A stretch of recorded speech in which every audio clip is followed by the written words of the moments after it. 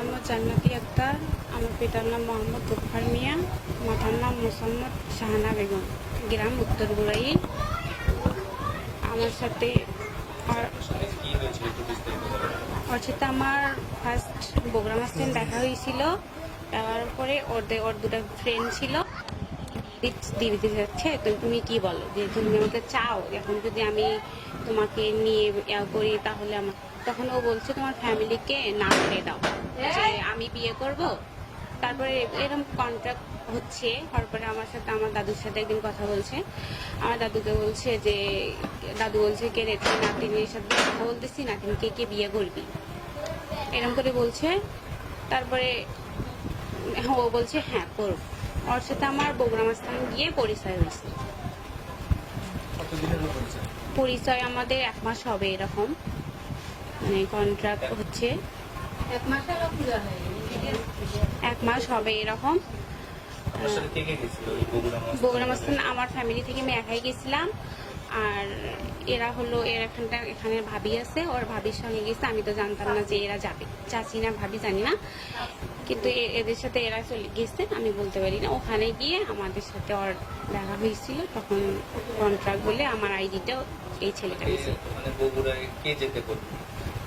ও যে আমার হলো বোনের হলো বাচ্চারাও তো নিয়ত করছে ওখানে আমি যাইতাম না। পরে ও বলতেছে যে যা, কত টাকা কোথায় যায় এটা তো অনলাইন করে। আমি গেলাম, আমি তো জানি না যে ওরাও যাবে। ওখানে গিয়ে ওর আমার ভাল লাগছে, লাগার পরে আমাকে অন্য ছেলেকে দিয়ে আমার আইডিটা দিছে, দিয়ে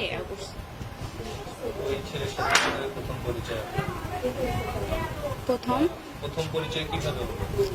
পরিচয় তো আমার বগুড়া মাস্তান গিয়ে আমরা হলো মাজারে যাবো ঘুরতে। ওখানে ওরা আমার পাশে পাশে যাচ্ছে, যে ওখানে কথা আমাদের কন্ট্রাক্ট হয়েছে।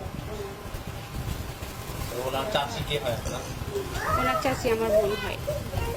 হ্যাঁ, মানে গ্রাম সম্পর্কে আমার হলো চাচাতো বোন, আর ওনার হলো বোনের বাড়ি আমাদের বাড়ির সঙ্গে। ওখানে যাতায়াত করতে আমার সাথে মানে ক্লোজ হয়েছে। তারপরে ছেলে বগুড়া মাস্তান থেকে এসে বলছে, ওনার চাচিকে বলছে, বলছে যে সে মেয়ের বাড়ি দেখতে যাবো, মেয়েকে আমার ভালো লাগছে, মেয়ের বাড়ি দেখে। পরে মেয়ে আমাদের বাড়িতে গিয়েছে, গিয়ে খাওয়া দাওয়া করছে। তারপরে একদিন আমার সাথে 3 দিন দেখা করছে। তারপরে একদিন ওটা হলো চৌরাঙ্গির কাছে 2 দিন দেখা করছে। একদিন আমাদের ওখানে ব্রিজ আছে, ওখানে দেখা করছে। আর একদিন বালাসিতে আর গাইবান্ধাতে একদিন দেখা করছিল। আমাদের ওখানে ব্রিজ আছে।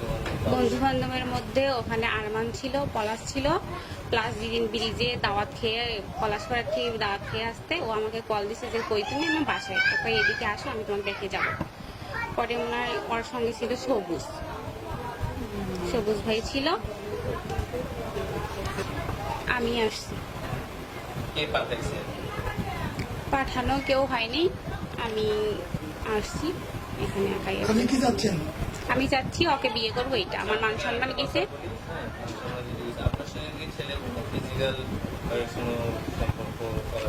ফিজিক্যাল ওটা আমাদের ফোনের মধ্যে রাতে যাইতে চাইছিল, পরে আমি না করছি যে আসার দরকার নেই। কিন্তু ফিজিক্যাল ফোনের মধ্যে আমাদের মানে পুরোটা যা আমার তার দেখার লাগা ও দেখছে।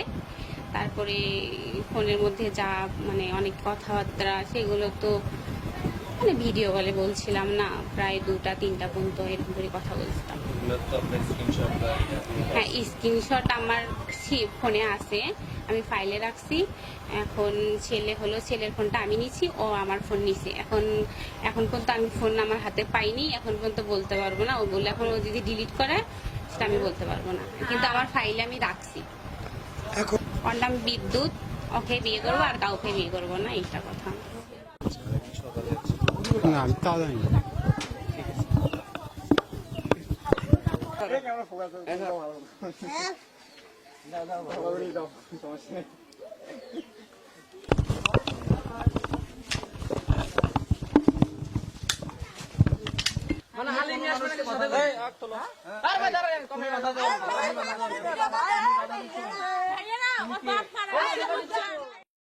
আমি চাচ্ছি না যে আপনারা আগে পাবলিশ করেন, এখানে যদি সমাধান না হয়, যদি সুষ্ঠু বিচার না পায়, তখন আপনারা আপনাদের পদক্ষেপ নিন, আপনাদের যেটা দায়িত্ব পালন করছেন, কিন্তু এটা আগে পাবলিশ করার দরকার নেই।